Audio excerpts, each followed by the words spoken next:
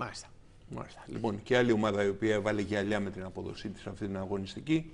Κέρκυρα, ο Ολυμπιακός Βόλου, 1-3 Ολυμπιακός Βόλου. Λοιπόν, πάμε να δούμε το μάτσα.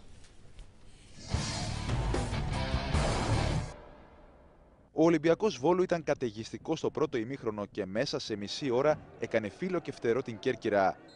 Μπρέσκα και Σολάκης διέλυσαν το ρεκόρ απαραβίασης εστίας 240 λεπτών του Κωνσταντόπουλου.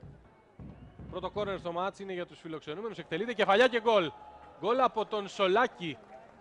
Όλα αυτά τα χρόνια το γήπεδο μου έχει διδάξει πολλά πράγματα και με έχει βοηθήσει η εμπειρία στο να σκοράρω εύκολα. Ο Βενέτης στέλνει την μπάλα στο Μόνχε. Ο Μπρέσκα κάνει ωραία κίνηση. Τον είδε ο Μόνχε. Του περνάει την μπάλα. Ο Μπρέσκα γυρίζει στο Σολάκη, ο οποίος κάνει το 2-0. Είναι ίσως από το πιο εύκολο γκολ που έχω βάλει στην καριέρα μου. Μου δόθηκε η ευκαιρία, ας πούμε, είχα την πολυτέλεια να σηκώσω να κοιτάξω για τον υπόπτη. Τέλεση πολύ ψηλά. Ο Γιακούποβιτς βγαίνει και μαζεύει εύκολα και ζητάει μπάλα αμέσως ο Ούμπιδες, αλλά και πάλι γίνεται δυνατά το βολέ για τον Μπρέσκα. Δεν έχει στήριγμα, είναι απέναντι σε δύο και έρχονται άλλοι τρεις της Κέρκυρας να βοηθήσουν. Ο Μπρέσκα ψάχνει λίγο χώρο, σουτάρει. Καλό σουτ, το κάρι και γκολ. Φανταστικό γκολ από τον Μάριο Μπρέσκα. Το γκολ το βλέπω, Έλντιν έχει πολύ ωραίο πάσα, μου κάνει πολύ ωραίο πάσα και εγώ, εντάξει, πάρω μπάλα και είμαι μόνος, εντάξει, κάνω σουτ, να κάνω ωραίο γκολ, είμαι χαρισμένος, εντάξει. Ο Βόλος εκμεταλλεύτηκε όσες αδράνειες και να γινόταν μέσα στο γήπεδο, τις εκμεταλλεύτηκε σχεδόν 100% και κατάφερε, νομίζω, στο μισάωρο να προηγηθεί με 3-0. Στο δεύτερο ημίχρονο, η Κέρκυρα έδειξε καλύτερο πρόσωπο και μείωσε με τον Καλατζή. Γίνεται κεφαλιά και η μπάλα καταλήγει στα δίχτυα του Γιακούποβιτς. Η Κέρκυρα μειώνει πολύ γρήγορα στο δεύτερο ημίχρονο, στο 50. Κάναμε άσχημη εμφάνιση και όταν κάνεις τόσο άσχημη εμφάνιση, μοιραίο είναι αν η αντίπαλη ομάδα είναι καλή μεσοπιθετικά να δεχτείς κάποια γκολ. Από εκεί και πέρα, το σκορ θα μπορούσε είτε να πάρει διαστάσεις θριάμβου για τον Ολυμπιακό Βόλου, είτε να μειώσει περισσότερο η Κέρκυρα. Ήταν ένα θετικό δεύτερο μήχρονο.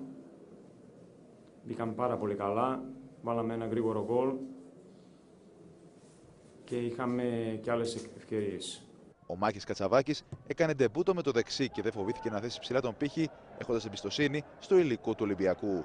Έχει στόχο την πεντάδα και βέβαια το κύπελο. Έχει την ικανότητα, είναι πολύ καλά δηλωμένη η ομάδα, έχει πάρα πολύ καλούς παίκτες και νομίζω ότι είναι μέσα στα πλαίσια της ομάδας μπορεί να τα πετύχει και τα δύο. Κανείς δεν ξέχασε βέβαια τον Σακιτσιόλη και το έργο του πρώην τεχνικού της ομάδας της Μαγνησίας. Τους είπα την Τρίτη που κάναμε την πρώτη επαφή ότι έχουν τεράστιες δυνατότητες σαν άτομα, μια καλοδηλωμένη ομάδα στον προηγούμενο συνάδελφο και ότι χαριτολογώντας τους είπα ότι αν λειτουργούσαμε την ιδιότητα του φιλάνθρωπου και όχι σαν τον προπονητή, πολύ ευχαρίστως θα έκοβα εισιτήριο να πάνε εδώ. Ο κύριος Σιόλης, το ξέρετε όλοι σας, ήταν ένας καινούριος προπονητής. Εμείς αυτό που κάναμε μέσα στο γήπεδο με τον κύριο Σιόλη, το ίδιο θα συνεχίσουμε να κάνουμε και με τον κύριο Κατσαβάκη. Νομίζω ότι έχουμε δείξει από την αρχή ότι είμαστε μια πολύ καλή ομάδα. Σε αυτό πιστώνεται και ο προηγούμενος προπονητής. Έχουμε δουλέψει όλοι μαζί τόσο καιρό, ήταν και πολύ καιρό εδώ. Το μυαλό των παικτών του Ολυμπιακού Βόλου είναι πλέον στραμμένο στο μάτσο ορόσημο της Τετάρτης με τον Ατρόμητο για τους 4 του Κυπέλλου Ελλάδας. Νομίζω ότι θα πάμε μέσα στον Ατρόμητο την Τετάρτη για να διεκδικήσουμε ένα θετικό αποτέλεσμα. Λοιπόν, φοράμε γυαλιά και για τον Μάκη τον Κατσαβάκη, ο οποίος δείχνει εκεί πέρα ανωτερότητα. Ρε παιδάκι μου, δεν παίρνει μια ομάδα και ξέρεις να πει έβαλε την προσωπική του σφραγίδα με τη μία. Την αφήνει έτσι όπως είναι και μετά βλέποντας και κάνοντας έτσι. Η ομάδα είναι έτοιμη, στρωμένη και μάλιστα η Άννη έπαιρνε στο Βόλο κάποια παιχνίδια που λογικά θα πρέπει να έχει κερδίσει. Ναι. Με βάση τη δυναμικότητα των αντιπάλων της, ας πούμε, και τη δική της ποιότητα θα μπορούσε να είναι πολύ πιο ψηλά. Δηλαδή ο Βόλος θα μπορούσε να είναι εύκολα τρίτος για μένα σε σχέση με το πρωτάθλημα που έχει κάνει έτσι, συνολικά. Και επίσης πρέπει να πω ότι αν είναι να δημιουργηθεί μια καινούργια μονάδα στο ποδόσφαιρο, θα λέγεται μονάδα Μπρέσκα και θα έχει σχέση βάρος προς ταχύτητα. Ναι. Θα είναι ένα Μπρέσκα, θα είναι αυτό το πράγμα το οποίο είναι πάρα πολύ γρήγορο σε σχέση με το βάρος. Θέλει να κερδίσει μια φορά το διαγωνισμό με το Best Goal MVP, οτιδήποτε. Είναι διαρκώς προτινόμενος γιατί παίζει πολύ καλά και δεν ψηφίζει ποτέ. Στις τελευταίες αγωνιστικές είναι σε κάποια κατηγορία. Μου επιτρέπεις λοιπόν και εγώ να απευθυνθώ στο κοινό και να πω ότι δεν θέλετε το Μάριο Μπρέσκα να είναι δυστυχισμένος. την επόμενη φορά ψηφίστε όλοι Μάριο Μπρέσκα. Βέβαια, ίσως κάνουμε ένα κάλεσμα σε γιατί κερδίζει ο Νικολάη, μου λένε από το κοντρόλ έχει πάρει μεγάλο προβάδισμα ο Νικολάη. Ναι. Αλλά ακόμα που λέει ο λόγος και αν δεν κερδίσει σήμερα, μπορεί να είναι και ένα κίνητρο για τον ίδιο να παίζει διαρκώς καλά και να μπαίνει στο Best Goal MVP. Γιατί τον ενδιαφέρει, το βλέπει, το παρακολουθεί, το αρέσει. Άλλα συμπεράσματα. Άλλα συμπεράσματα είναι. Το βασικό συμπέρασμα είναι αυτό που είπες. Δηλαδή ότι ο Ολυμπιακός Βόλος συνεχίζει από εκεί που σταμάτησε με τον Σάκη Τσιόλη και συνεχίζει να πετυχαίνει και γκολ με τον ίδιο τρόπο που σκόραρε με τον Σάκη Τσιόλη. Παραδείγματος χάρη, αυτό το πράγμα είναι πολύ όμορφο γκολ του Μπρέσκα, αλλά αυτό ότι τον βρίσκει ο τερματοφύλακας με ελεύθερο είναι ένα πράγμα το οποίο γίνεται διαρκώς και έχει να κάνει. Εδώ είναι το πρώτο ελεύθερο του Γιακούμποβιτς, είναι με την ΑΕΚ. Το πρώτο, ένα από τα ελεύθερα που κατέληξαν σε φάση γκολ. Έτσι. Ναι. Το χάσαμε στην αρχή λίγο, αλλά έτσι γεννιέται το γκολ με το οποίο ο Ολυμπιακός Βόλου προηγείται εκεί. Στο ΆΚΑ. Εδώ επίσης δημιουργείται φάση στο μάτς με τον Ατρόμητο χάρη στο ελεύθερο του Γιακούμποβιτς. Δεν δίνει το φάουλο ο διαιτητής. Πάλι ελεύθερο του Γιακούμποβιτς με τον Ηρακλή γκολ εδώ, όπως θα δείτε. Έτσι στην εξέλιξη της φάσης. Βέβαια στο γύρισμα του Μπρέσκα έρχεται ο καπετάνος που και χθες ήταν πολύ καλός. Να το βάζει μέσα στην περιοχή με το ελεύθερο. Μπράβο.